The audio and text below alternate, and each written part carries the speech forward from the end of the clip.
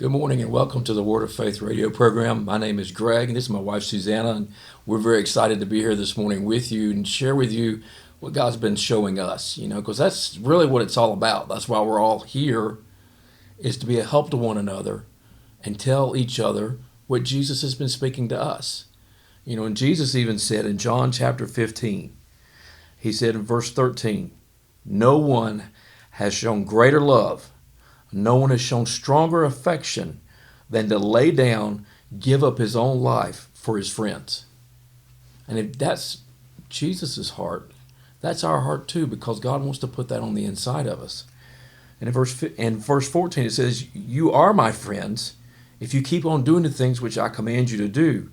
I do not call you servants any longer, for the servant does not know what his master is doing or working out. But I have called you my friends, because I have made known to you everything that I have heard from my Father. And I have revealed to you everything that I have learned from him. And that is the call of God on my life, on Susanna's life, on your life, is to make known everything that we have learned from God. Because there's only one thing we can take to heaven, and that's the people around us. No money's going to go. Nothing's going to go. We're going to leave here with nothing. But we can take the people around us with us by bringing them to Jesus now. And so that's what God's put on all of us to do.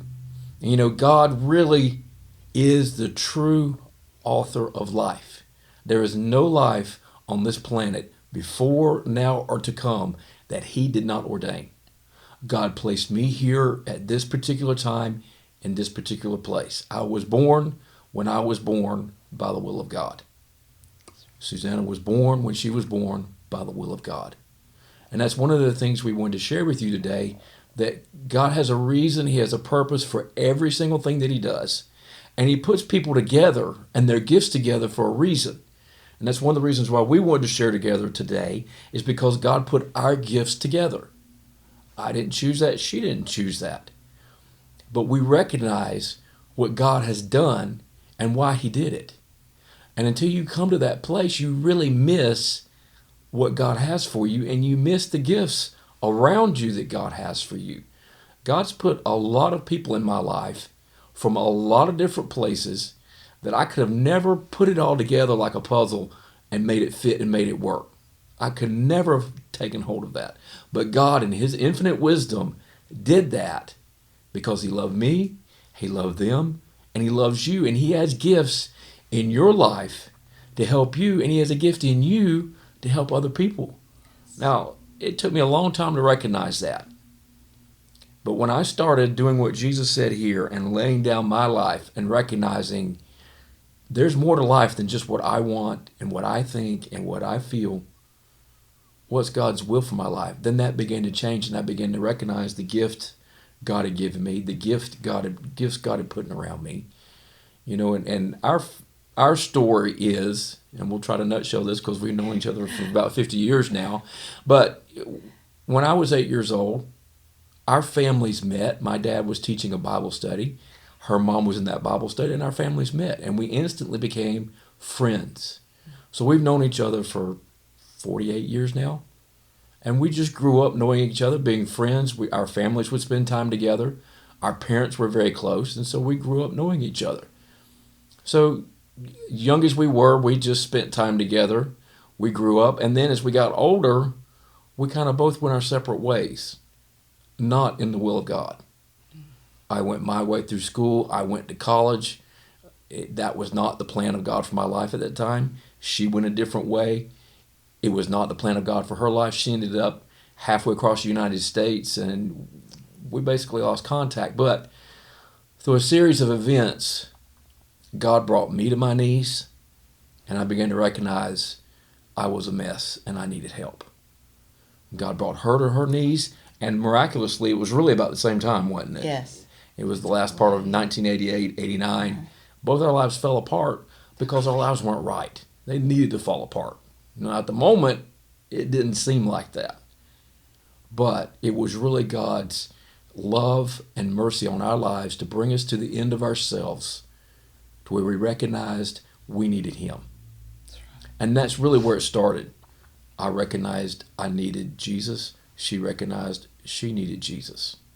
That's right. So God brought us back to our families. And out of that place, we began to spend time together just being friends. She came. You actually came home before I did. Yes. And she recognized what a mess I was because she knew she was a mess. But she just started praying for me. Yes. Share a little bit about that. So, yeah, every night, because of my situation and that where God was bringing me out of it, I saw what was going on with Greg and where things were for him, and I knew it was not the will of God. It was not the way God had for him. And so I just started praying, God, I put him in your hands, your will for his life, Jesus. Please bring him out like you brought me out. And I just cried out for him every night just because we were close friends. He was like a brother to me. And I didn't want to see him go through the torment that I had been through. And he was heading right down the same road. And I just didn't want to see him go through that. So I would cry out for him every night. Every night, God, please bring him out of this. Open his eyes. Let him see this situation. And God started answering my prayer and brought him back home. And when he did, we started just fellowshipping, sharing Jesus with each other. Really, that's what we do, is talk about our days. He'd come spend time with me on the weekends at my family's house. And we would just sit there on the couch and say, Jesus is showing me this. Jesus is doing this in my life. He's delivering me of this. And that was how our relationship started, trying to bring each other closer to Jesus. Because at that time, I knew there was a call of God on my life. I didn't know how to walk in it. I knew things weren't right in my life, and it was just a struggle. But God used her in my life to anchor me and bring me to Jesus, not pull me away from Jesus. So I had graduated college. I came home kind of floundering what I was supposed to do. And we both began to help in the children's ministry at our church. And out of that place, we began to spend time together and wanting to help these children. And God pulled us closer together. And we began to realize that as we spent more time together, what God was doing. But that's where it all started. And that's how it all came about. We realized we were friends. We were gifts to each other. Yes. And then God put it in our hearts to be married. We got married 32 years ago. And now here we are later, 32 years later, we're still together because we recognize the gift that God had given us in each other. That's right. And that is the thing that has sustained us through all these 32 years, because the devil's going to come and try to destroy what God wanted to do. So there's been a lot of bumps in the road, a lot of things in that were not right in my life, not right in her life. But God held us through that all because we had that anchor in our heart that God said. That's right. And when you start to recognize those gifts, that's what helps anchor you. You look back. I was reading the other day about Moses and Aaron, where God put them together as brothers. That was God's divine call on them. And when God called Moses had left Egypt, had left Pharaoh's court, where he had everything he ever wanted. He left that. He went to the wilderness, and God began to deal with his heart. And God spoke to him and said, I'm sending you back to deliver my people. And Moses, he couldn't see it. He couldn't see the gift of God in himself, which a lot like us, and a lot like a lot of you, couldn't see the gift, but God did. And God recognized, and God knew he had called Moses to bring his people out. He didn't choose anybody else. He chose Moses. And so Moses argued back and forth with God. And finally God said, I'm sending your brother Aaron to be your mouthpiece. You put what I tell you into Aaron. He'll speak it to Pharaoh. So God joined them together for a purpose, not just as brothers, but as gifts. Moses needed Aaron to get him going. Aaron needed Moses. So they went together to the court of Pharaoh and told Pharaoh, let my people go. And through them, God brought great deliverance. But if you go back and read that in Exodus, God used Aaron's gift to push Moses. And it's only 2 or 3 plagues into the 10 plagues that God brought that it's not Aaron speaking anymore. It's Moses speaking. So Moses began to step out into the gift that was on the inside of him that God had placed there. Aaron stayed with him by his side the whole way. God brought his people out. Moses and Aaron brought them across the Red Sea. They went through the wilderness together. At every point where God's people would sin and God would come with his judgment, Moses and Aaron fell on their faces before God and they cried out to God. And that, I'm sure, worked a place in their lives and in their hearts together. They walked together. And then God brought another gift into Moses' life, and that was Joshua. God put it in Joshua's heart to be with Moses. It says when Moses went up onto the mountain, when God gave him the 10 Commandments, Joshua went up with him so far and stayed there and waited on Moses till Moses came back down. God put that in Joshua's heart. That gift needed to be developed by being there with Moses. And of course, you know the story. Later on in Moses' life, it was time for Moses to leave, to go to be with God. Joshua was right there, and God said, anoint Joshua. He's the one that's going to lead my people. So Joshua stepped right into that place. But it took Moses' gift to help bring out Joshua's gift. God used them together. So you say, well, I'm not Moses, I'm not Joshua.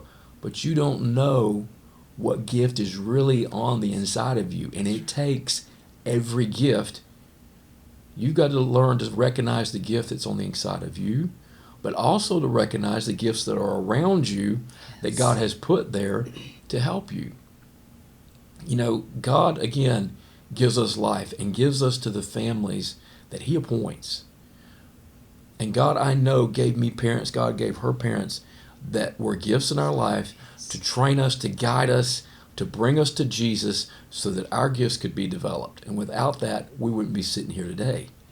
But God has gifts in everyone's life. That's right. You may not recognize it. You may not know that's what it is. You may think they are not a gift in my life. They're a hindrance. But if you stop and you just settle down on the inside and you begin to ask Jesus, what are the gifts you have placed in my life? God will begin to show you, and God will begin to speak through them. You know, God used a donkey in Balaam's life to correct him and to stop him from the error he was going on. You know, and God will use whatever he can, whatever gifts are out there, to bring us back to him so that we can make it to heaven.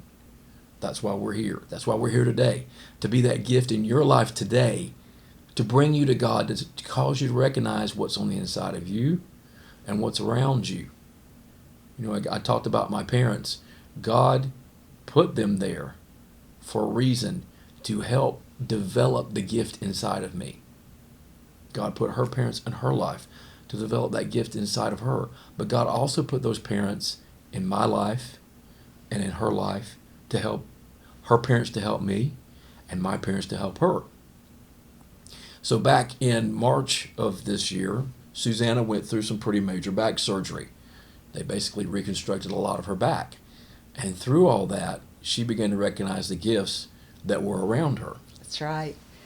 I was laying there. I couldn't do anything for myself, really.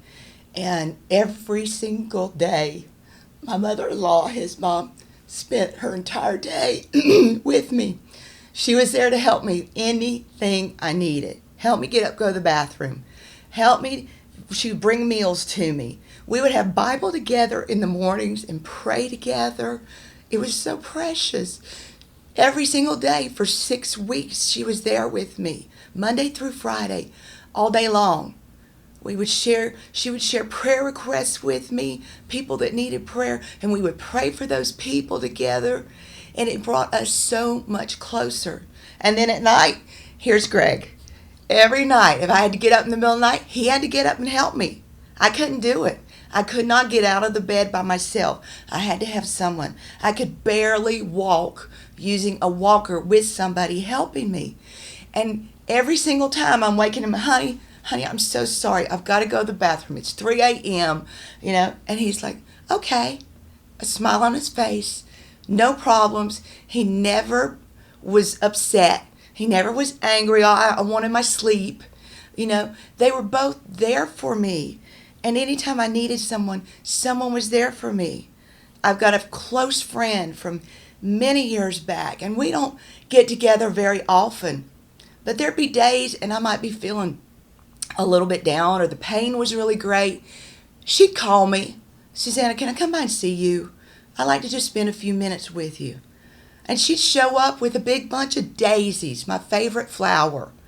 Nothing like something special, but because she knew that was my favorite flower, she'd just bring me a bunch of daisies, and we'd sit and talk and open our hearts about what was going on in our lives. I'd tell her how I was feeling, and I'd get to a point where, it felt like I needed to go the next step in my recovery, and it just seemed like a mountain to me.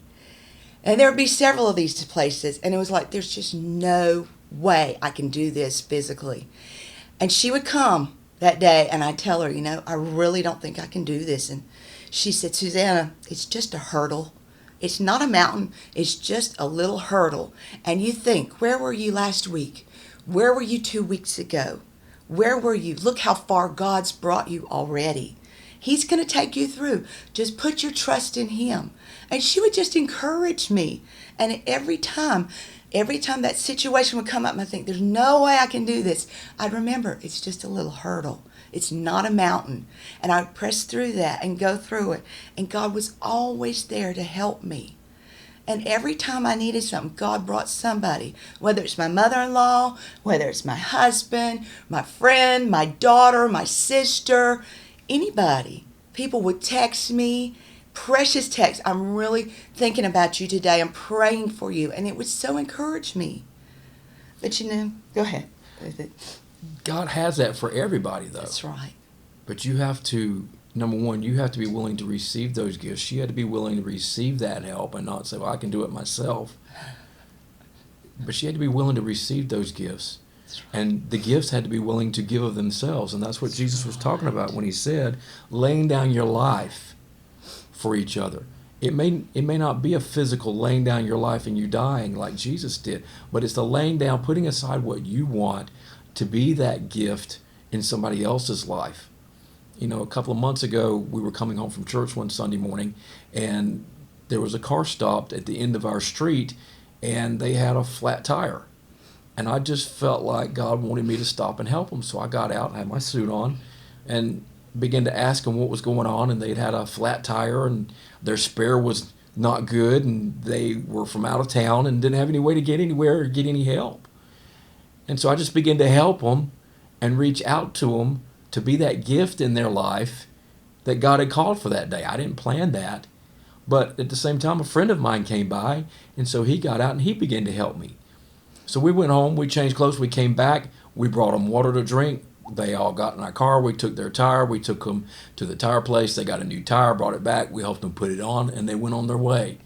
And we never heard from them again, but they were very grateful. But whether we hear from them again or not, I know God used us that day to be a gift in their life, and that somewhere God's going to water that seed that was planted and bring fruit to it.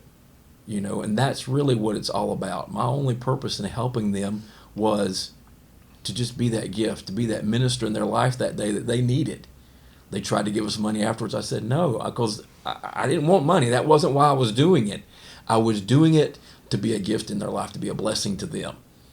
And that is what God has developed in us over these years, to where when she did need help, it wasn't a hard thing, because I recognized that's what God called me to do. That's why God put me there. God put me in her life at that moment to help her with that. So, if you look back, God always has people together. You read back through the scriptures. You go back to Daniel chapter 2. And when Daniel was confronted with Nebuchadnezzar, had ordered all the wise men in the kingdom killed because they couldn't tell him what his dream was and interpret his dream, Daniel went to the king and asked him for time to be able to pray to God and ask Him for the interpretation. And the king gave it to him.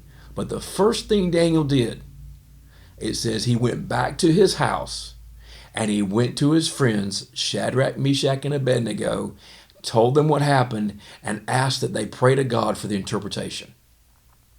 Daniel recognized the gifts around him. And if you read later on in Daniel, it wasn't Shadrach going through the fire. It wasn't Meshach going through the fire. It wasn't Abednego going through the fire. It was Shadrach, Meshach, and Abednego going through the fire together. Those three gifts stood in the face of that king and said, we will not bow to those devils. We will not do it.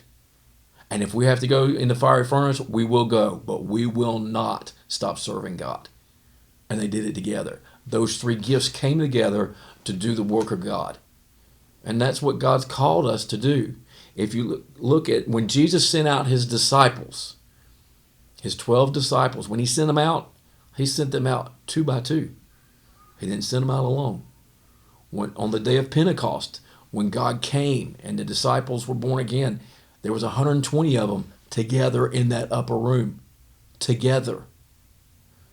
And when Paul was sent out to do the work of the ministry, he went with friends. It was Paul and Silas. It was Paul and Luke. It was Paul and Timothy. Paul always had someone with him because he recognized the gifts, and those gifts recognized his gift. God has ordained that plan from the very beginning. If you look in Genesis, it says that God recognized that it was not good for man to be alone.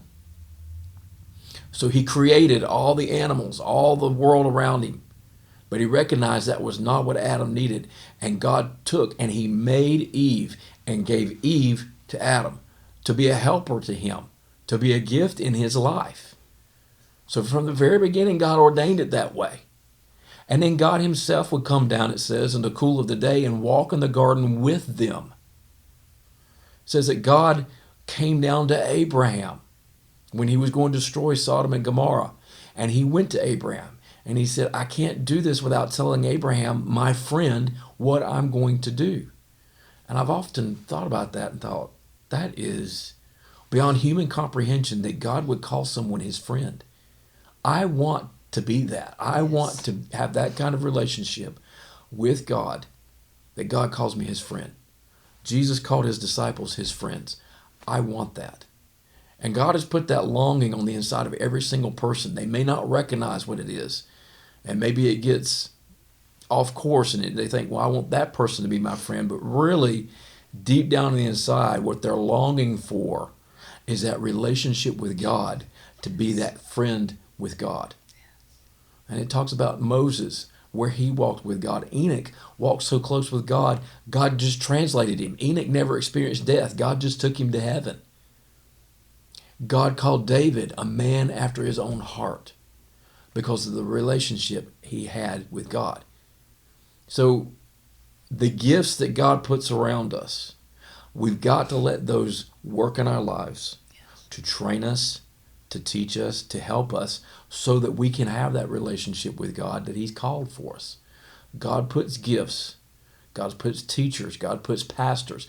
God puts people in our lives to teach us things that we don't know.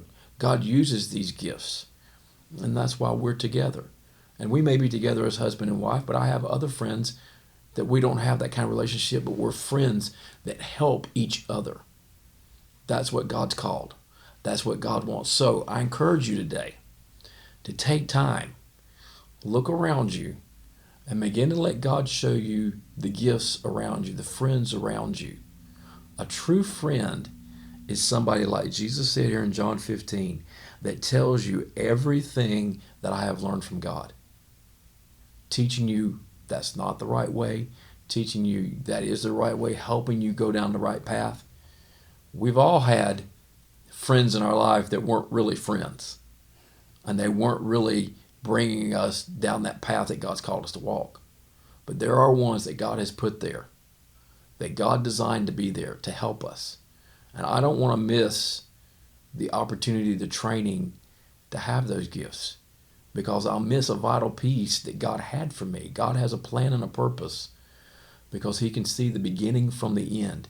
Suzanne, if you read from 1 Corinthians what God was speaking to you about the gifts in our life and how God has every gift ready for us. That's right. It says in 1 Corinthians 12, starting in verse 11, all these gifts, achievements, abilities are inspired and brought to pass by one and the same Holy Spirit, who apportions to each person individually exactly as he chooses. And this is one thing, I'm a teacher in our Christian school, and one thing we're trying to get our students to see is that they are individual gifts. You don't have to be like this other one right here sitting beside you. God called you with your individual gift. It says he chose you individually. And it says, for the body does not consist of one limb or organ, but of many. If the foot should say, because I'm not the hand, I do not belong to the body, would it be therefore not a part of the body? So if one student says, well, I'm not like that other one, then I'm not doing the right thing. No, God called you to be your gift, to fulfill your call, and to help your friends here. We need each one. If the ear should say, because I'm not the eye, I do not belong to the body, would it be therefore not a part of the body? We need each and every gift. If the whole body were an eye, where would be the sense of hearing? If the whole body were an ear, where would be the sense of smell? But as it is, God has placed and arranged the limbs and organs in the body, each particular one, each person individually, each gift individually, just as He wished and saw fit, and with the best adaptation. And it says, and if one member suffers, then all the parts share in the suffering. And I've seen that in my classroom. If one student's not doing well, the others encourage them. They come in and they help them. And that's what we want. We want each gift, each person to help each other. And it says, now you collectively are Christ's body. It's not just me. It's not just Greg and myself. It's all of us. And individually, you are members of it. Each part severally and distinct. Each gift is distinct. God's made each one of us to fulfill His call, each with his own place and function.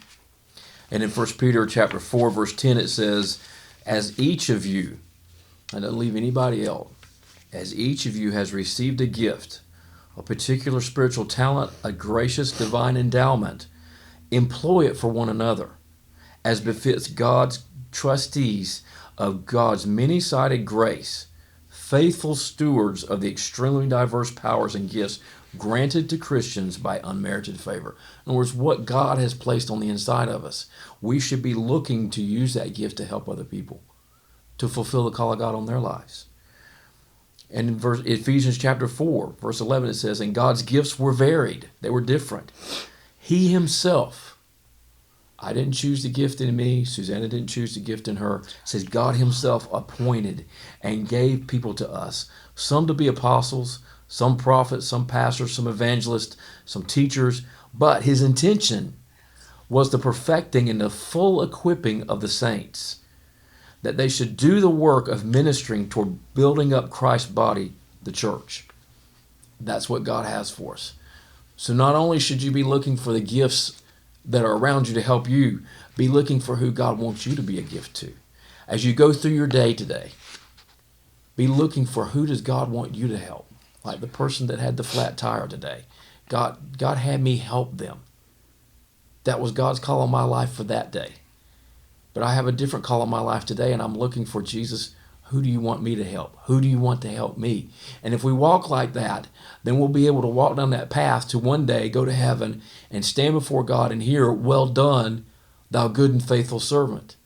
That's what I want. That's what all of us want in our hearts. But there's only one way to get there, is to have the gifts around us to help us to get to that place. So as you're going through your day today, look for the gifts. Look for the gift on the inside of you. God, what gift do you want me to use today? Who do you want to help me, and who do you want me to help? And when you get done with the end of your day and you've had the gifts help you and you've helped with your gifts, you're going to be amazed at the peace that you have because you did the will of God. That's the call of God on our lives, is to be the gift in other people's lives so that we can all make it to heaven. God doesn't want anyone left behind. So again, we're very grateful that you were here today. Please come back and join us every Monday, Wednesday, and Friday at 8:30 on WCAB, or you can watch on our website at wordoffaithfellowship.org. Please come and join us. You'll hear all of our programs recorded there. And again, thank you. Look for the gifts in your life today. We love you.